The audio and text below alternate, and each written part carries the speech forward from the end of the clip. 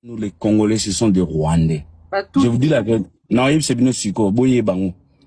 Bomoni Goma, Kivu, ba place, bomoni ba place tout wana bazui wana. Boye ba ke bango de baba ko contrôler ango.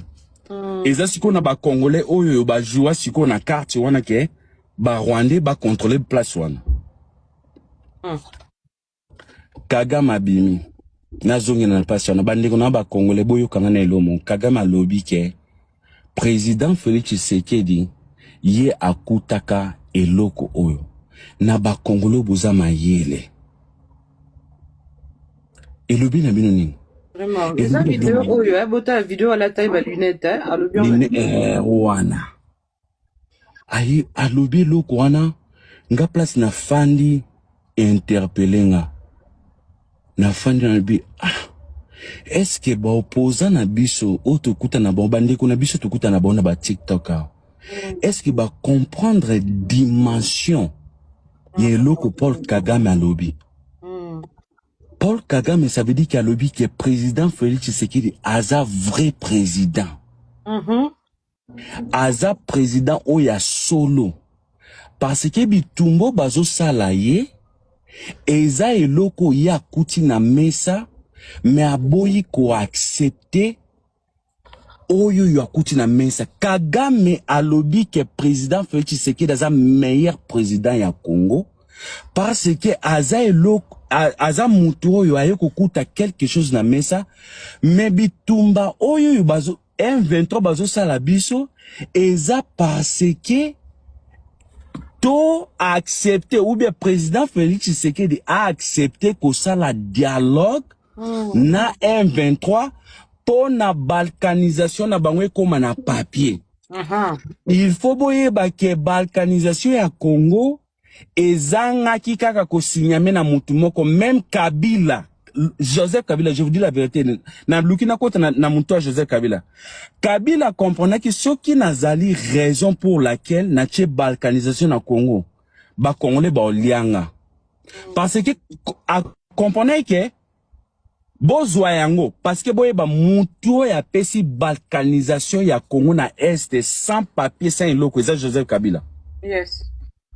Joseph Kabila a payé ça ba contrat ou bien a payé ça ma belé sans que tout le monde a signature tout le monde loko. Président Félix Tshisekedi tangwaye boyo ke loko. Tant baloba ke M23 bayaka na Congo. Kokuta na président Félix Tshisekedi lukuta. M23 bazalaka na Congo et puis bazaka na Congo. Eloni baba osala. Bazana délégation. Moi, je connais les délégations. Naibi ba kombo na batutu. Bana délégation na bango.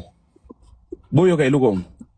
Laurent Désiré Kabila lorsqu'il a daé ba représenté à M23. Bazalaka banani. Ba joana ya batu obaki mona.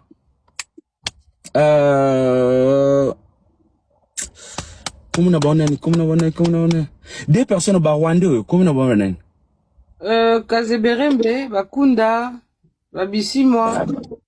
Te bazaki na baza moko azalaki comment on a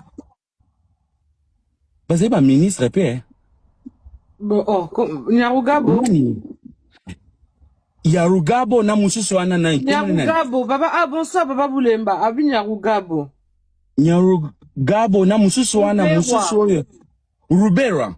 Nyarugabo na merci bandeko bolande merci beaucoup. C'est ça. Rubera na Yagure bo compare na loba na bangote. Bo bizima.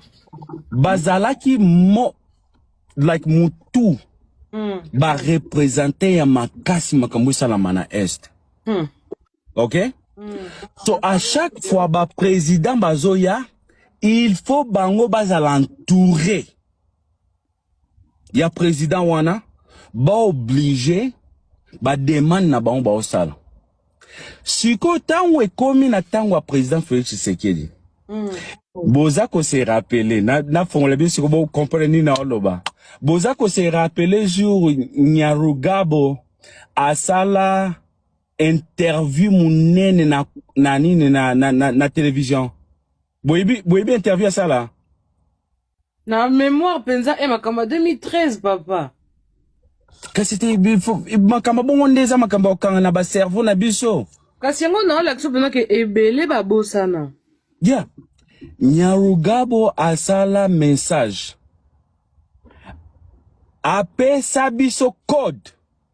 Mais ba congolais ba comprendre te elo mote. Nyarugabo aloba ke loko mo a chrétien président Félix Tshisekedi sans que ba congolais ba yeba.